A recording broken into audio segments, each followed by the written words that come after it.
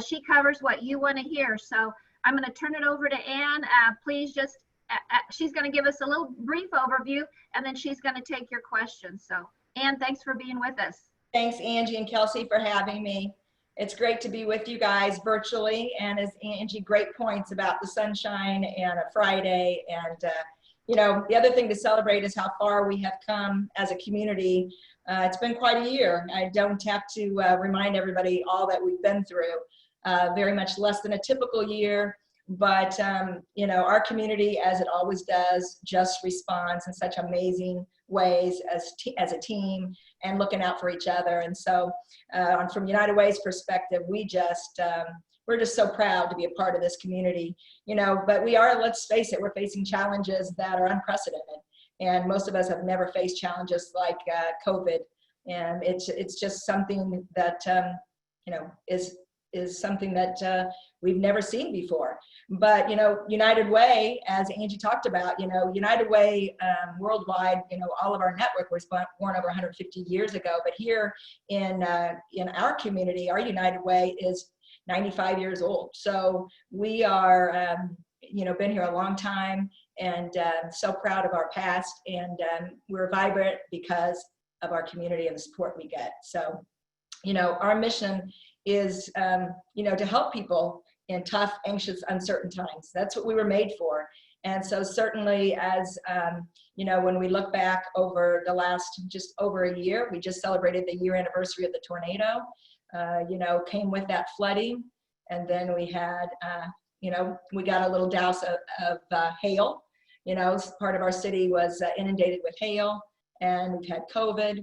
And then most recently, the social unrest and the spotlight on the continued racism that we all have to work together to fight against. And so all of those things together have, you know, it's tested us. But again, you know, together we are persevering, and we are going to get through this bigger and stronger than ever. So, you know, Angie and Kelsey asked me to kind of start out talking about what United Way role's been just through COVID. And so, you know, our first priority was just to protect and look out for the community.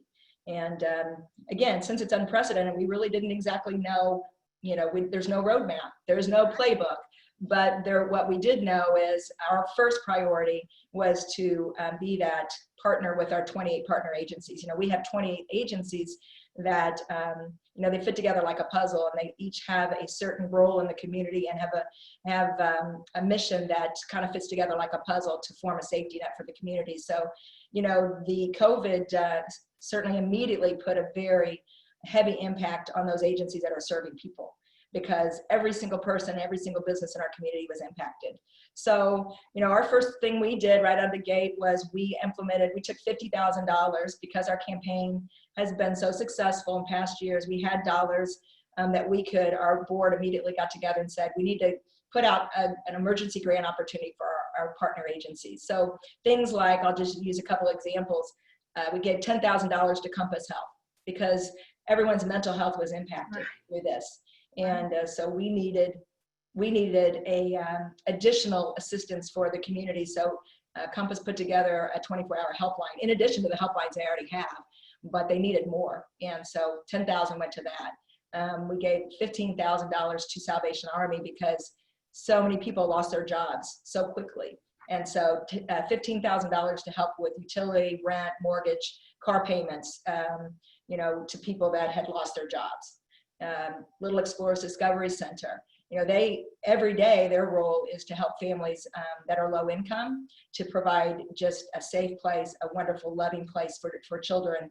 And they serve up to 100 kids. Well, the low income families, many of them lost their jobs or their hours were reduced. Many of them are working hourly jobs. So, you know, the gap between what they could afford to pay and what they needed to pay, you know, really increased. So gave, you know, almost $8,000 to Little Explorers to help continue to keep their doors open and address the needs they were having and keeping the kids safe and helping those parents. So that's just a few examples. So that was what we called phase one, with just being that safety net for our partner agencies. And then phase two, more funding. We already pre-COVID had put a grant opportunity out into the community.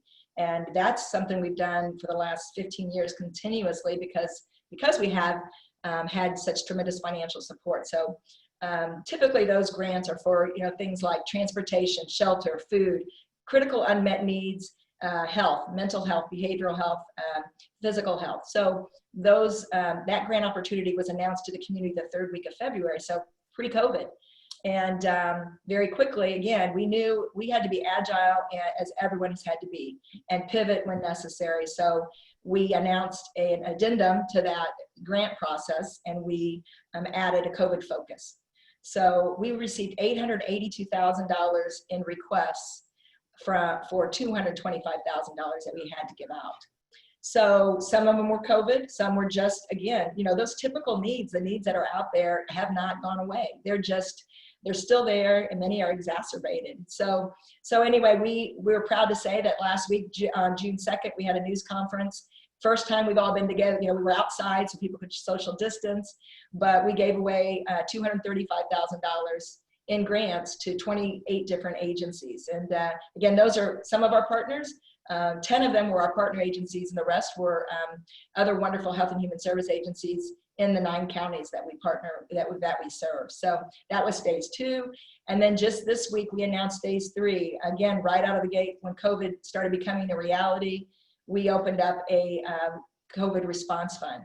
And we were really thrilled. We got $100,000 towards that fund from Missouri Foundation for Health. And so some of you, especially nonprofits that are on this call, know how that's a great organization. They provide tremendous funding, typically not to United Ways. They like to fund directly to agencies. And many of our United Way partners get assistance from them, but they reached out to United Way of Central Missouri and said, we think you're well positioned, you're respected in your community. We want to give you, first they started out with $50,000 towards your COVID response fund, so that you can see what the needs are and help put them out into the hands of the agencies. And then they came back about 3 weeks ago and gave us another $50,000. So 100,000 of those, the COVID response fund is from Missouri Foundation for Health, which we're so proud of and so humbled by. And then another 66,000 has come in from generous organizations and individuals. So we've used about 16,000 of that in some emergency type grants again, because again, we know that COVID doesn't wait, and we have to be able to, when the need is there and it's vetted by, our executive team, it's been so great for me and our staff to lean on, because when we need to make a decision, sometimes it has to be, right away. So 16 of that's already been put in the hands of agencies, 3 agencies. And then the 150,000 now is out into the community, and nonprofit health and human service can apply for up to 150,000. And we're hoping, that grant will continue to grow. We hope, that as long as we're continuing to get money into it, we'll continue to put it out. So, but that's a lot about our grants, monies that have been COVID related. Are there any questions about that, or I can move on to the next, some of the other things we've been doing with COVID? Okay. So the other thing, and I hope everyone has heard about a lot of these things, the media, as they always are tremendous community partners of ours, and I know all of you would say the same thing. They help to make sure the community understands the needs, and then also to promote the resources that are out there. So many great resources in our community. And so we had the Fecto family came to us about, I don't know, 2 months ago, and said, we work directly with the restaurant and the bar industry, and we know our friends in that industry have been heavily impacted. And they wanted United Way to be a fiscal agent, which we are a fiscal agent for some other employee assistance programs, so it wasn't a new thing for us, but they wanted to donate $20,000 to what we're calling the Central Missouri Food Industry Relief Fund. And very quickly, we had Tom and Sharon Knott matched that. And then since that time, that fund grew up to about $63,000. And pretty amazing. And all someone has to do, they have to go online, and Tabitha in our office she is handling all of the requests as they come in, and it's all electronic. We try to make it very turnkey because people don't need added stress on them to get assistance. So someone that is employed by a bar or a restaurant in the 9 counties we serve, plus Boone County, because the Fechtel family, their business also covers Boone. They can apply for up to $300 to pay a rent payment, a mortgage payment, a car payment, a utility payment. And they provide us, they have to provide a check stub showing they were employed as of February 15th, and they need to send us a copy of that invoice they want paid. And that invoice is paid directly to the creditor, not to the individual. And so, so anyone that applies can receive that benefit, and then they can wait 60 days. And as long as we have money in the fund, we're going to continue to support that, those people because we know many of them are returning to work, but their hours are still not what they used to be. And so it's not like we have to validate whether they're employed now. You know, again, the fund was established with guidelines that the Fechtel family put out there, and they want to continue to support. So please help us spread the word on that. And we're really proud. We've helped over 100 people, and so we still have a little less, or right around $30,000 in that fund. So a lot of money that needs to go out to help people that are struggling right now. And so we have some resources to help people that work for bars or restaurants. And then we also had Bartlett and West.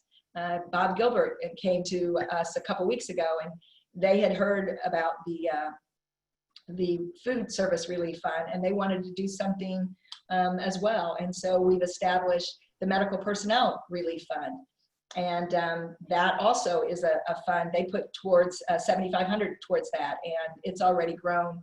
I think it's about doubled. And so anyone that works for SSM Health or CAP Region or JCMG, and if they've been furloughed or they've been laid off or their hours reduced or they've lost their job, they can apply, and the same guidelines are in place. $300 to pay to get help. So very proud to be a part of those programs, and you know, that we're able to help a lot of people, because the people that haven't been impacted as heavily are helping us to provide those resources. Any questions or comments about that? Okay, so the other thing, you know, some of the other things that we've been doing, the hospitals had approached us pretty quickly when COVID, you know, started, and needed help with masks. Well, Missy Creed and her team had already started work on getting people to make masks. And anybody that knows Missy and Sarah Bull and all of those ladies, they, you know, with City Magazine, and they just saw a need, and they started putting the word out, and they were getting people to make masks, and we just became the repository. So anybody that you know, our office was not technically open. We were working, but you know, people not able to come and go. So we had a little Rubbermaid container on our front porch. People would come, and we to date have received and distributed over 2,000 masks. And so that's pretty amazing. And it was so cool to see how many people were out there making masks. And really, you know, that was a rewarding opportunity for people that had to stay home, but yet still wanted to do something to help, because that was the other thing, you know. United Way sees our role very much as the mobilizer to provide volunteer efforts in the community. And, you know, they pretty much had to stop because, you know, for safety reasons. And so we weren't able to have a lot of those volunteer opportunities. One thing that we did continue to seek out volunteers for is our mobile pantries. So hopefully all of you have seen our beautiful mobile pantry. It's got fresh fruits and vegetables on the side. I liken it to, it looks like a big beer truck, but it's not got beer in it. It's got healthy food that comes from the food bank, one of our partners. And the mobile pantry is not a new thing. We bought that mobile, again, thanks to our generous community. We bought that mobile almost 4 years ago now. And we do, it goes to pockets of poverty in Cole County and outside of Cole County. But in Cole County, 6 times a month, we have different set schedules. Well, a lot of businesses have adopted that mobile, and they go and they work it, you know, same time, same place every month. But that had to pretty much cease. So we're really blessed that the National Guard came in, and they were working in tandem with the food bank. So they came and helped us with mobiles. United Way staff, my tremendous team I get to work with, the first several you know, we had to change it to be a drive-through model, because again, to minimize the risk for everyone that's volunteering and our clients that were coming to get food. But the need for food was so great, we had to keep those mobiles going. So, you know, we are continuing with that drive-through model. It's working pretty good. We had to kind of tweak some of our locations. Little Explorers Discovery Center, sometimes we were feeding 400 families at that mobile. And so if anybody that knows, that parking lot does not accommodate people to drive in and drive around a big truck to get food. So Helias allowed us to move up the hill, and we've been doing it in their football field parking lot. And again, just examples of, you know, as we've all had to do, you have to think on your feet, be mobile and agile, and respond very quickly. So feeding hungry people has been, that was, you know, that was certainly at the forefront of a lot of what our work was. And which brings me to, you know, we saw something unprecedented in the fact that since people were homebound, how could we get, especially our seniors, but not just seniors, and not people with, just people with compromised health, people that needed to stay home to be safe. We were encouraging everyone to stay home. So we had heard about a pilot program in Camden County, and it was a helpline. And so it really was intrigued us, and we started looking at it more and more. And so we reached out. It was basically a helpline, one number that everybody could call into that needed help, and especially delivery of food and prescription medications was probably at the forefront of what the services were needed. But you know, it was that way, because if someone, and I can use our office for example, so I was working in our office and everyone else was working remotely. Well, our phone, you can imagine, was ringing continuously. So we had a message asking them to leave, people that called to leave a voicemail. Most of them didn't, but the phone continued to ring, and there was no way I could manage all those calls. So people seeking help, getting, and I'm sure it was happening at other health and human service agencies, just didn't have the capacity to answer the phone and to help people that needed help. So this call line, the city was wonderful. They staffed it. And then our office, Tabitha, was our backup for it. And, you know, it took us several weeks to get everything in place. So, but we took over 100, I think about 120 calls in the time frame that the helpline was in place. We did close it down the end of May because the calls had declined as the city's starting to open up. And we did confine it just to Cole County, but we did help a lot of outlying counties as well. But again, it was just one number if they needed utility assistance, if they needed rent assistance, if they had needed a delivery, they called that number, and then all they had to do was be told they had to complete the information, intake information, and then someone called them back within 24 hours and helped them to address the need they had. So we called it the COVID Assistance Helpline, Cole County COVID Assistance Helpline. And, you know, we learned, as we saw very clearly a year ago with the tornado, you know, we need a response mechanism, and we're developing that through our long-term recovery committee. But this helpline, heaven forbid there's another disaster in our future, all we have to do is flip a switch and that number is ready to be manned again. And we have a process that really worked well that we refined over the last couple months. So another thing that we've been working on and really feel good about. And then of course it's been in the media a lot lately is the milk distribution. So that's fairly new, but another example of an opportunity came up in our community for free milk. And Graves Mini Maker Foods received the USDA contract, the Farmers to Family program, for free milk. And so they approached United Way and asked if we could help them to execute that and giving out. So what they first told us is they wanted to have they had the opportunity for 6 trucks a day, 3,888 gallons per truck for 6 weeks. So we, first of all, thinking about one truck with 3,888 gallons, we thought, how in the world are we going to give, and they want all that given out in one day. So we were excited to help, but a little apprehensive about what's this going to look like. So Lynn Bateman has been taking the lead on that, and Lynn just 2 weeks ago, we had our first try at it, Little Explorers Discovery Center, and it worked. You know, we learned as we went along. We didn't have near enough volunteers, so we learned very quickly. It's a very intensive labor, because lifting those milk, they're like 5 high in the truck. So we like to have young strapping guys in the truck, but Lynn, bless her heart, did it the first day, and I know several other people have done it. It is very labor intensive, but it's such a rewarding experience, because people are so grateful. Because as Angie and Kelsey and I were talking, you know, milk is a huge part of people's food budget, and so there's no limit to how much people can take. So 2 weeks ago we had Little Explorers. This week we did 2 locations, one in Callaway County at the park, and one yesterday was at Hamilton Towers. We were partnering with with Housing Authority. We're trying to really think outside the box and get it to different places within the community. And so far, every day we've given out every single gallon of milk. And so next week, just for your information, June, let's see here. And I have the wrong flyer in front of me. I'll need to get those dates. But there's 2 locations next week. One is Wednesday. We're going to be in Montauk County. And then the other one, I believe, is Thursday, and that's at the Boys and Girls Club. And it's all day. I think we're going 8 to 4:30 or 5.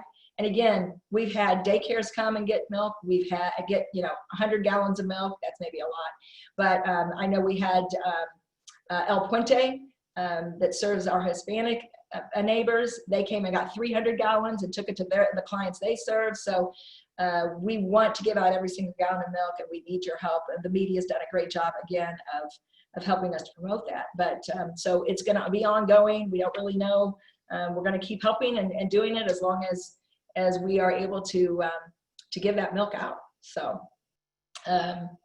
let's see. And then the other big thing, Theresa Leroy in our office, is we have an early childhood group that the early childhood centers struggled very much during this, because many of them were still open, yet their numbers declined drastically. They still need to be open and keep their places safe. And it's how stressful for their caretakers to all that they to keep themselves safe, and then the stress on their budgets. So we were able to help with some of those emergency grants, but also just trying to help them come together with some meetings, virtual meetings, to say, what are your issues? How are you addressing them? How can we help? We just most recently gave them some cleaning supplies. You think about how much they go through in comparison to typical business.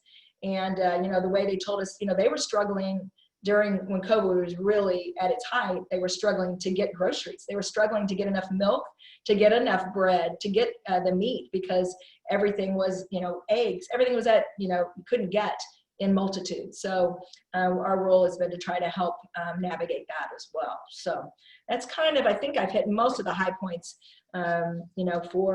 for our COVID work. Any questions or comments? Or I know some of our agencies are on the line. If any of you all want to jump in and share anything, I would welcome that. Well, if you don't have any COVID questions, but certainly people, if you do have a question, shoot it this way through the chat room, or just speak up. But let's swing back to the tornado. I was wondering kind of where you're at. Are you feeling like, those needs are winding down, or we still have some lingering things going on that we need to know about? That's a great question, Angie. So yes, our staff is still heavily involved, and the experts from FEMA,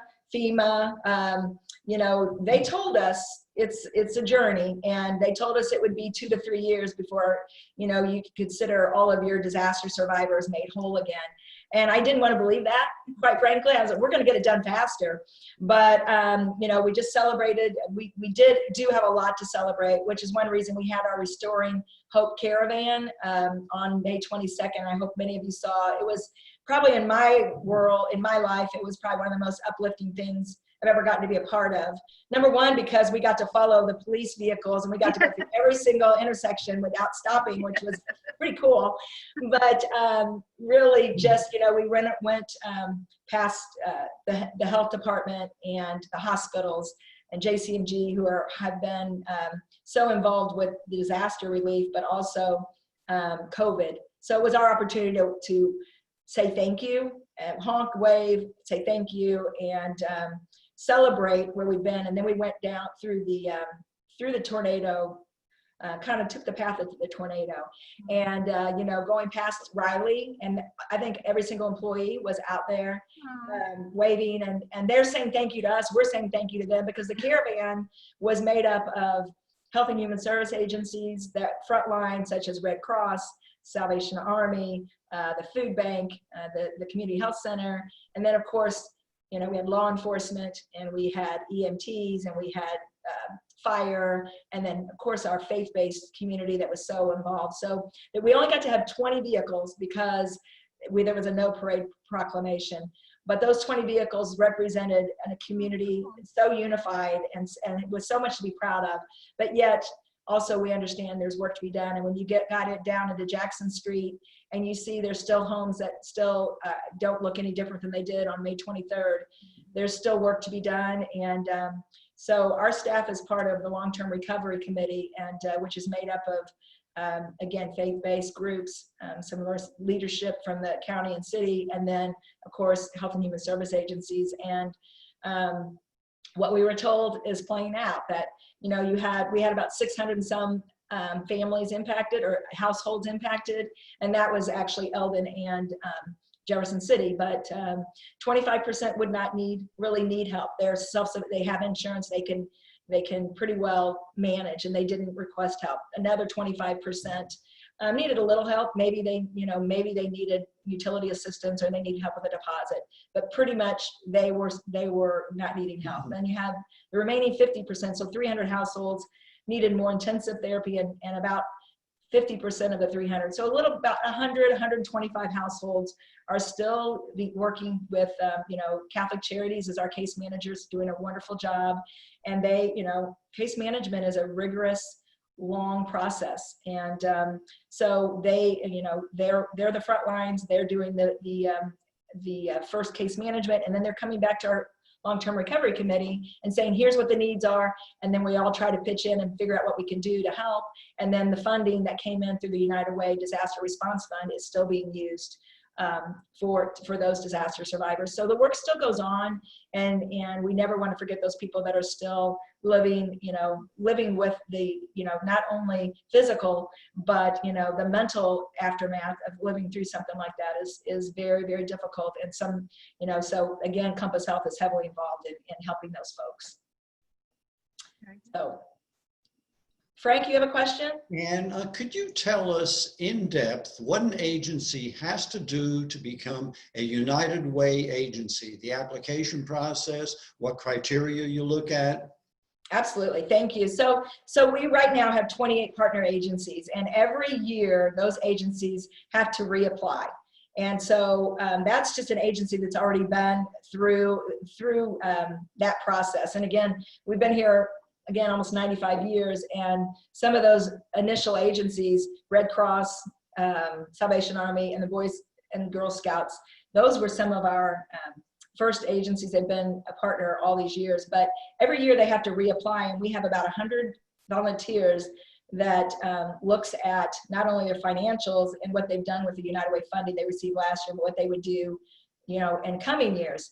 And we did all of that virtually this year, but it's typically around our board table, and we have about 15 people that make up 6 different panels, and each panel looks at 4 to 5 agencies. And so, these are people with all different skill sets, and expertise and diversity in every respect, so that we can really kind of have a very rigorous process. Just because you're a United Way agency today, the standards, we have to hold them very high, because we are going out to our community and ask them to support. So that's our existing agencies, that's their process. So to be a new agency, we don't just have an open opportunity for new agencies, because as you can imagine, every time we take a new agency, we have to increase our campaign enough to cover, to be sure that we can support that agency, not just that year, but we don't ever want to not be able to continue to sustain that partnership. So our last time we had that process in place was about 5 years ago. We took CASA, Court Appointed Special Advocates, and Central Missouri Foster Care and Adoption Association. They both became new partner agencies, and our board at that time said they mandated that we wait 3 to 5 years to take another agency, because we need to get our legs under us with 2 new partners. Well, that 3 to 5 years was last year. In 2019, we started we had the opportunity, the board approved, we're going to start that process, and then the tornado happened. And we had 6 agencies that were in the middle of that vetting process. Again, a very rigorous process, and I'll go into what that looks like. But we had to stop it after the tornado, because number one, United Way staff didn't have the capacity to continue that process, and also all the agencies that had applied were right in the middle of their disaster work as well. So, but to be an agency, basically, it needs to the agency needs to provide a service that's not already being provided by one of our other partners, because we want to be sure that they, again, we talk about the dollars not being duplicated. And then the other thing is they have to have been an agency for at least 2 years, a minimum of 2 years, a 501c3 for at least 2 years. And then other than that, really, Frank, everything else is just, do they have a strong funding stream from other sources? Because United Way can't be that sole funding source. How are they governed? Do they have a strong governance? Do they have a strong volunteer network? And all of those things, they're not deal breakers. If you don't have a strong volunteer network, if you don't have other funding sources, but it's going to be talked about and recommendations made. So to the example of CASA and Central Missouri Foster Care, they had both applied CASA probably 2 years before they were accepted in, and Central Missouri Foster Care several years too. And because our standards have to be high, because here we're going out to the community and standing in front of our community saying these agencies are doing what you're asking and needing them to do. And the transparency and accountability falls back on United Way. So we take that real seriously. How about building community bridges? Have they applied? They have not, but they just got their 501c3 last year, right after the tornado. So we have talked for sure. And we worked very closely with them during tornado, as far as they became, after the, United Way's role was the volunteer mobilization, but also donation mobilization. And we worked with a donation center, which is up by the fairgrounds, at Capital West Christian Event Center. They were so generous to donate their space. And when, we kind of started moving from response to recovery, they needed their space back. Building community bridges was one of 4 locations that we divvied up the leftover donations and gave it to them so that they can continue to distribute. So good question, yeah.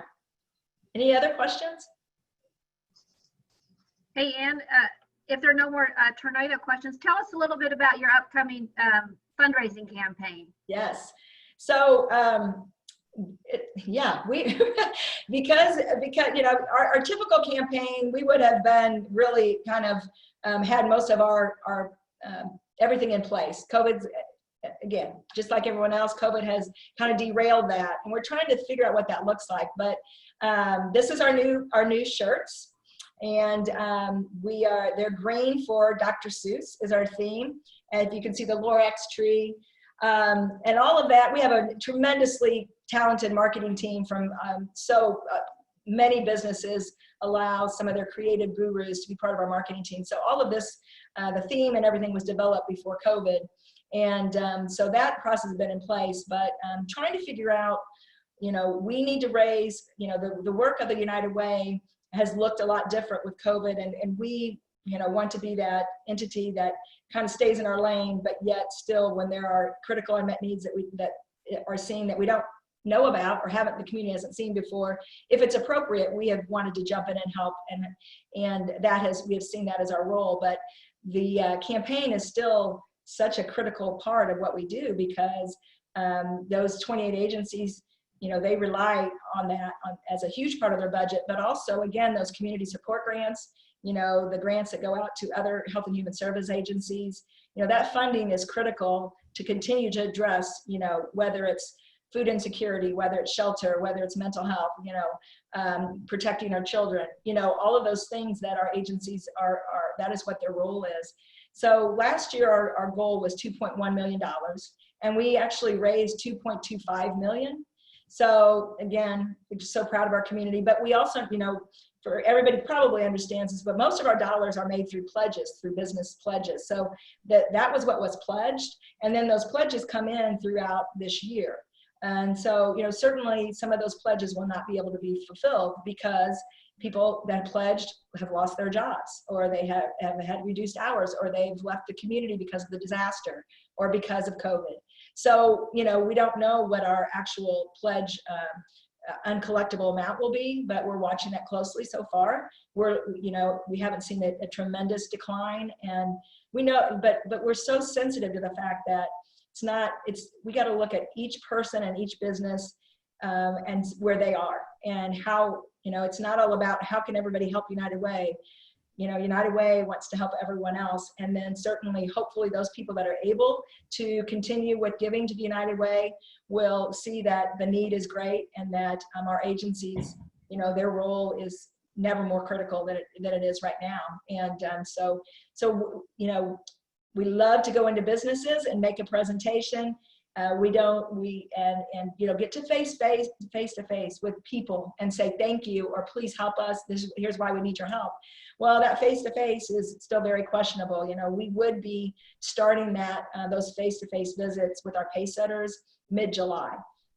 And so still, I think really what we're thinking is we will do a traditional campaign. If a business still would allow us to do that, we would be thrilled. Seeing people face to face is like awesome, but for those that aren't, many people aren't having their people come back into the office anytime soon, and so we will certainly have a digital opportunity, and then a hybrid of those. So we just are going to personalize it, and but also know that some businesses, we're just hypersensitive to the fact that everybody's in different places, everybody's been impacted, and our first priority is that sensitivity, and to just really wrap our arms around each business. And if there's something, rather than them, being part of the campaign, they're needing United Way to help in some respect.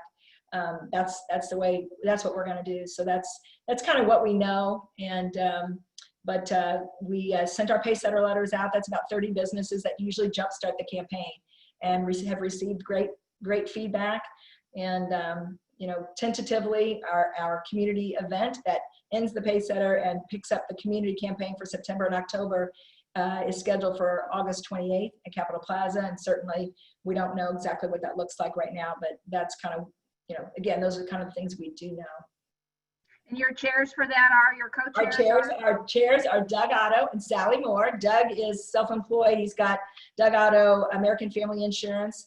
And Doug, we have a 2-year stint for our co-chair. So Doug's the senior this year, and he last year was with Missy Dunn from Huber and Associates, and they did an amazing job. And so now Doug and Sally Moore, is with Cap Regent. And what a wonderful team! They're ready for the challenge. We know this is a unique year, and but we always say we haven't lost our sense of humor through all of this, and we will have a lot of fun with the Dr. Seuss themes. You're going to start seeing some Dr. Seuss symbolism out in the community in the next couple months. It can be whimsical, but yet it can be very serious, as we know.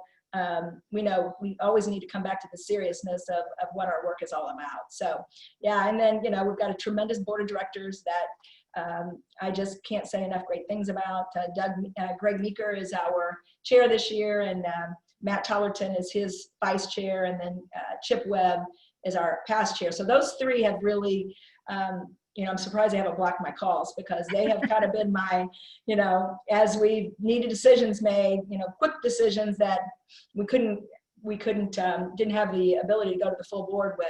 They were the people that were our backup, and of course, just really can't say enough about our entire board, our governing body, and the army of volunteers. Again, with this whole milk distribution, it's very obvious that, you know, people want to help, and now that things are safety is not as it's still a concern, but people aren't as concerned about getting out and helping. We have had an overwhelming response to this volunteer opportunity, and if anyone on the call is interested, call our office and ask for Tabitha. She is coordinating the volunteers for that effort. So it's, you know, we couldn't do what we do without our tremendous community, and we never take all the support for granted. Hey, one more group I want you to recognize. You've mentioned your staff kind of throughout the morning, but can you lift them up, you know, name by name? So we certainly want to appreciate the hardworking team you've got. Yes, thank you. So Theresa Leroy, and Theresa is our vice president, and she's agency liaison, and Theresa's our most tenured staff person. She's been here over 15 years and does an amazing job. Amber Brondell. Amber leads the YP group this year, and Amber's highly involved in a lot of things within the community, representing United Way in such a tremendous way. And Amber is our director of marketing and events. And so everything we do, Amber, you know, all of these COVID things, Amber is the person behind the scenes making sure that we have our media releases and our social media and all the things that go along with it. So now that Amber too does an amazing job. And Lynn Bateman is our administrative coordinator, and Lynn she's been responsible for this distribution of the milk, but Lynn is just the keeper of our office and keeps us all in line, but also she just, you know, you just don't know, every day looks different for her, but she does a great job of managing all of the balls that she has to keep juggling. And then we have two fairly new, so our two newest staff, Tabitha Brightwell. Tabitha's been with us since October, and Tabitha is our operations specialist. And so you heard her name mentioned several times. Tabitha is, during campaign, her primary role is to take all of those packets and make sure all the funds that come in are put into the system and everything is kept straight with campaign. But she also is our volunteer engagement coordinator, as well as you know, she's managing these relief funds, and so she wears a lot of hats too, as does the previous two other ladies I just mentioned. And then finally, Jennifer Wilbur, and Jennifer is our finance director. And Jennifer started with us in December after Tanya Willig, who had been with United Way, you know, probably 13 years. And Tanya retired. And so we were fortunate to get Jennifer. Jennifer and I actually worked together for a short time, right before I came to United Way.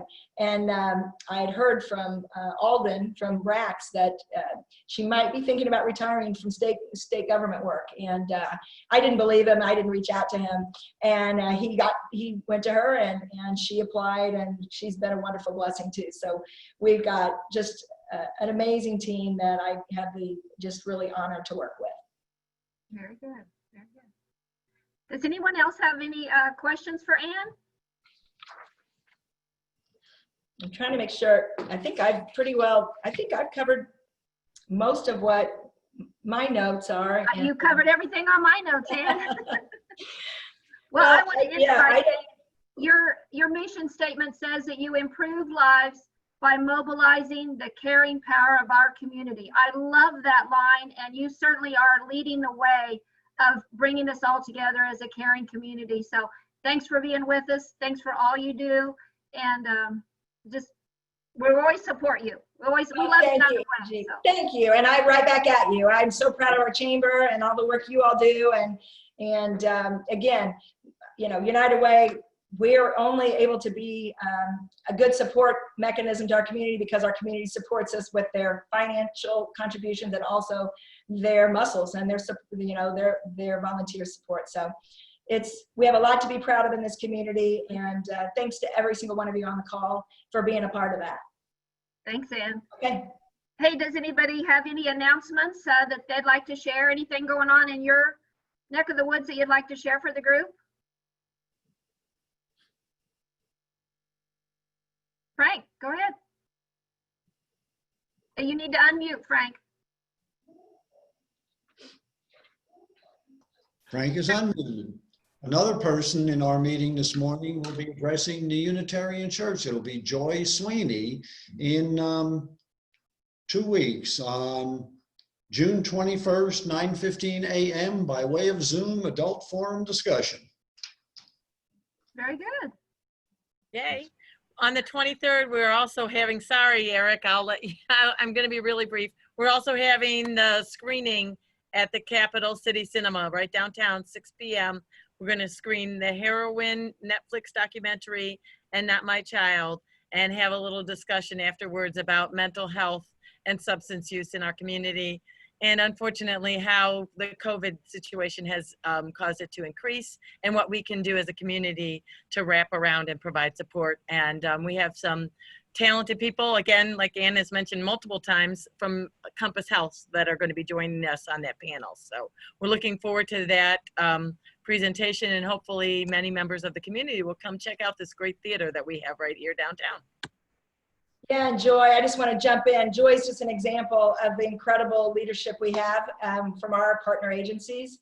And again, so proud of the work that Joy and her CDFY team are doing. I mean, they've got a tough job and doing wonderful things, and just, again, a wonderful example of the people that are supporting and working for our community. So. Thanks, Ann. Thank you so much. Any other announcements? An announcement, that's okay. Yeah, sure. I'm Crystal Backer. I'm with Catholic Charities of Central and Northern Missouri, and we're actually going to be hiring a disaster case manager. So it's a bilingual position for English and Spanish. So we're hoping to get the word out and get some applicants sent our way. Very good. I've got one quick thing to mention on behalf of Building Community Bridges. Building Community Bridges is having a fish fry tomorrow at their location over on Ashley Street from 10 to, I believe 10 to 2 or 10 to 4 tomorrow. You can pre-reserve and they will be doing curbside delivery if you so choose. Food's always great out there, great people, and a great charity to support as well. Very good. Anything else? Andrew, I was going to hop in there and say there's a couple comments in the chat window.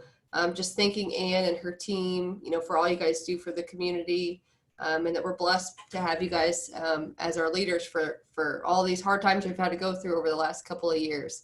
And we wanted to say we recognized Ann last year with the Meritorious Civic Service Award, a well-deserved award. So we thank you so much for all you've been doing, and we know this is a night and day job for you. It doesn't ever stop. Like you said, it's multiple years just for the tornado. So we just want to tell you how much we appreciate you. Thanks, Kelsey. Thank you. Appreciate that. I was very honored by that award. Thank you. Okay, well, happy Friday, everyone. Have a great weekend. We'll sign off. Thanks Thank you, again, Ann. guys. Bye-bye. Bye-bye.